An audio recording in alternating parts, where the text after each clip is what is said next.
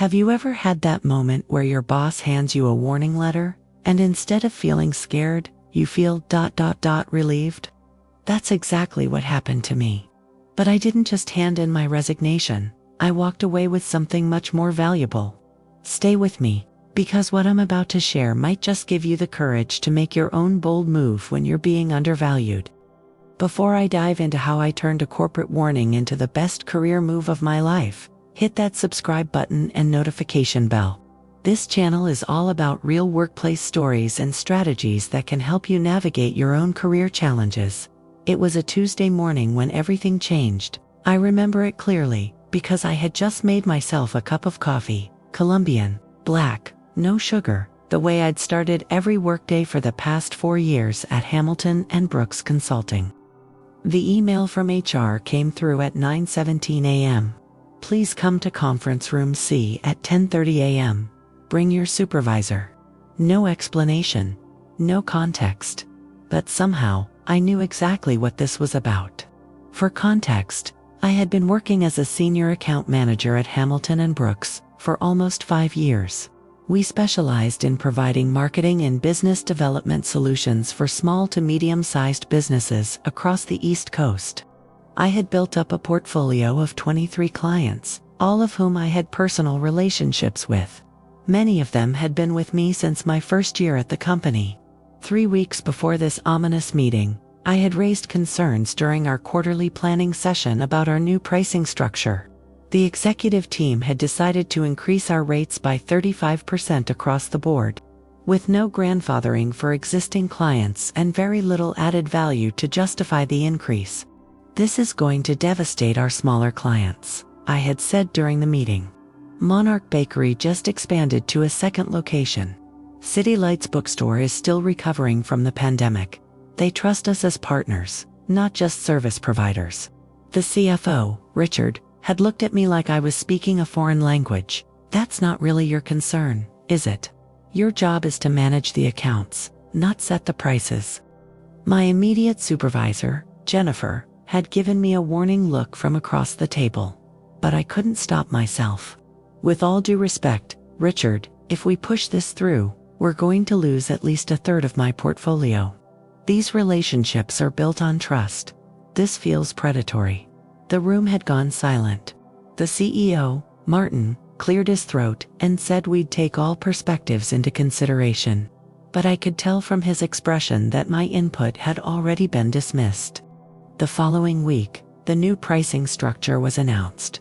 As senior account managers, we were instructed to inform our clients of the changes, effective in 60 days, no exceptions. I had spent the next 2 weeks calling my clients personally, explaining the situation as diplomatically as possible. But I couldn't hide my own discomfort with the decision. I wasn't selling it well, because I didn't believe in it. And that brings us back to that Tuesday morning and the email from HR. When I walked into conference room C, Jennifer was already there, along with Martin, our CEO, and Diane from HR. On the table was a folder with my name on it. Please, take a seat, Diane said, her voice carrying that practiced HR neutrality that always makes my skin crawl. Martin got straight to the point. We've received some concerning feedback about your recent client communications. It seems you're not fully aligned with the company's strategic direction. Jennifer, at least, had the decency to look uncomfortable as Diane slid the folder toward me. Inside was a formal written warning for undermining company decisions and failing to adequately represent Hamilton and Brooks' interests to clients. This is a first warning, Diane explained. We value your contributions, but we need all team members rowing in the same direction. I scanned the document, which cited multiple instances of expressing personal disagreement with company policy to clients, and creating uncertainty about the value proposition of our services. When I looked up, Martin was watching me with that calculating expression I'd seen countless times when he was negotiating with vendors, analyzing, assessing for weakness. Do you have anything to say? He asked. I took a deep breath. In that moment, something crystallized for me. I had spent nearly 5 years pouring my heart into building these client relationships. I had stayed late countless nights crafting personalized strategies. I had given up weekends to attend their store openings and anniversary celebrations. I knew the names of their children and pets. These weren't just accounts. They were people who trusted me. Yes, I do have something to say, I replied, my voice steadier than I expected. I think this warning is accurate. I haven't been fully aligned with the company's direction recently. Because the company's direction has shifted away from what I believe in. Jennifer's eyes widened slightly. Martin's expression hardened. I understand that business decisions need to be made with profitability in mind, I continued. But I was brought into this company with the promise that we were building something different, a consulting firm that genuinely partnered with small businesses for mutual growth, not one that exploits them when they're vulnerable. Diane immediately jumped in with her HR voice. I think we should focus on the specific behaviors outlined in the warning. I'd like to finish, I interrupted, surprising even myself with my directness. This warning asks me to choose between my professional integrity and my job. That's actually a very easy choice for me to make. I closed the folder and slid it back across the table. I quit. The silence in the room was deafening. Martin's face flushed red. Jennifer looked like she wanted to disappear into her chair.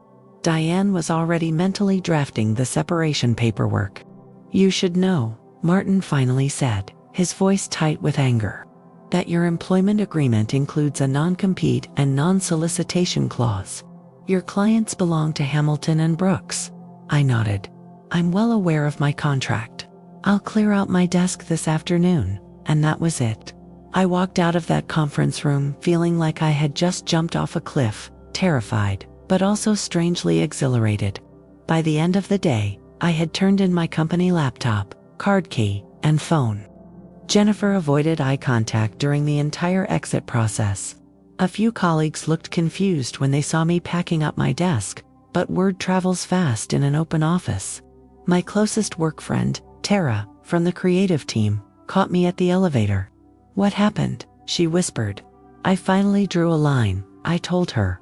I'll call you later. That night, I sat in my apartment staring at the wall, wondering if I had just made the biggest mistake of my professional life. I had some savings, enough to cover about 4 months of expenses if I was careful. But the job market was competitive, and I had just walked away from a senior position with nothing lined up. The non-compete agreement was standard in our industry. I couldn't work for a direct competitor within a 50-mile radius for 6 months. The non-solicitation clause prohibited me from inducing clients to terminate their relationship with Hamilton and Brooks for a year after my departure. I poured myself a glass of wine and pulled out my laptop. It was time to update my resume and start networking. But first, I opened my personal email and found a message from David, the owner of Monarch Bakery, one of my oldest clients. Heard what happened. Call me when you can. News traveled even faster than I thought. I decided to wait until morning to respond. I needed to be clear-headed for whatever conversations were coming. The next day, I woke up early and went for a run to clear my mind. By 9 a.m. I was showered, caffeinated, and ready to face the fallout of my decision. I called David. There she is, he answered warmly. The woman who stood up to the suits. I laughed nervously. Word gets around fast. Tara filled me in. He admitted. We had a creative call scheduled yesterday afternoon, and she mentioned you'd left. Said you went out in a blaze of glory defending your clients. That might be a bit dramatic, I said, though I was touched by Tara's characterization.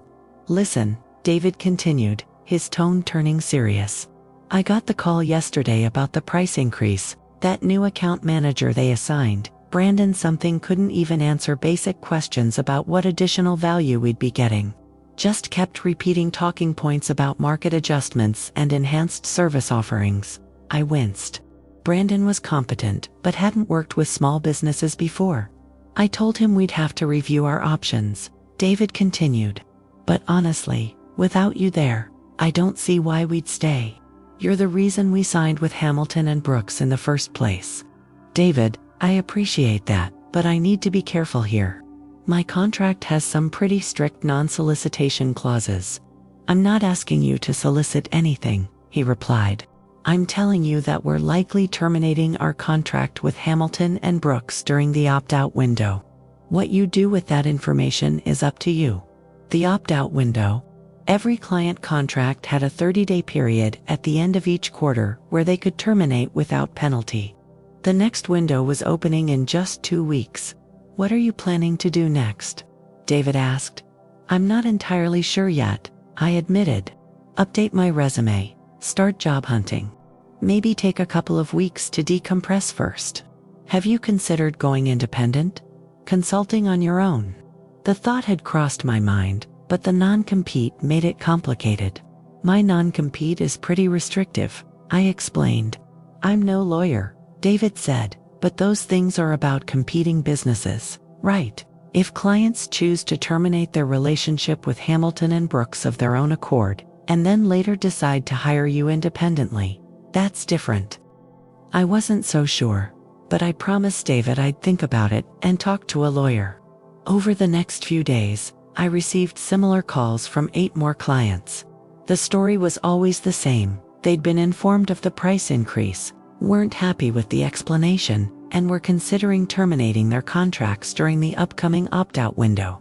By the end of the week, I had scheduled a consultation with an employment attorney specializing in non-compete agreements. Her name was Rachel Chen, and she came highly recommended by a former colleague who had navigated a similar situation. These clauses are always more intimidating than they are enforceable, Rachel told me after reviewing my contract. The non-compete prevents you from working for a direct competitor. But starting your own consulting practice that offers different services or targets different clients could potentially work around that. And the non-solicitation clause, I asked. That's trickier, she admitted. You definitely can't actively encourage clients to leave Hamilton and Brooks. But if they leave of their own accord and later approach you for services, that's generally considered outside the scope of most non-solicitation agreements. Rachel helped me understand the fine line I needed to walk. I couldn't encourage clients to leave Hamilton and Brooks, but I could inform them of my departure and future plans.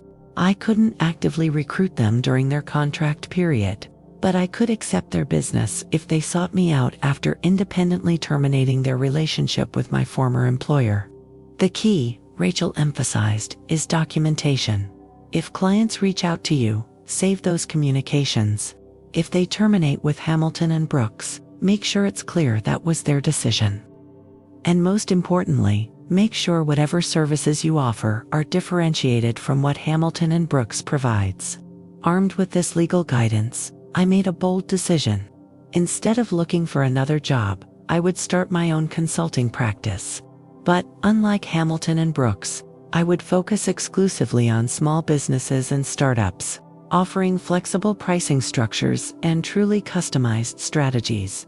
I spent the next 2 weeks setting up my new business, creating a website, establishing an LLC, setting up accounting systems, and defining my service offerings. I was careful to position my business as complementary rather than competitive to traditional marketing firms. I would focus on strategy and implementation training rather than ongoing management, teaching businesses to fish rather than selling them fish. When my former clients reached their opt-out windows, 15 of my 23 clients chose to terminate their contracts with Hamilton and Brooks. I had nothing to do with those decisions. The company's own actions had driven them away. 3 weeks later, I officially launched my business with a simple announcement on LinkedIn and a personal email to my professional network, carefully worded under Rachel's guidance to avoid any suggestion of solicitation. Within days, I received inquiries from 12 of my former clients. They had completed their termination process with Hamilton and Brooks and were now free to work with whomever they chose. I scheduled calls with each of them, explaining my new business model and how it differed from what they had before.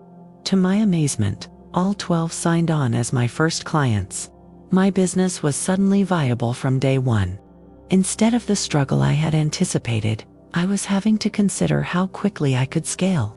Of course, Hamilton and Brooks didn't take this lying down. 2 months after I launched my business, I received a cease and desist letter from their attorneys. claiming I had violated both my non-compete and non-solicitation agreements. I forwarded the letter to Rachel, who responded with what I can only describe as professional delight. "This is exactly why we documented everything so carefully," she said. "Their claims won't hold up."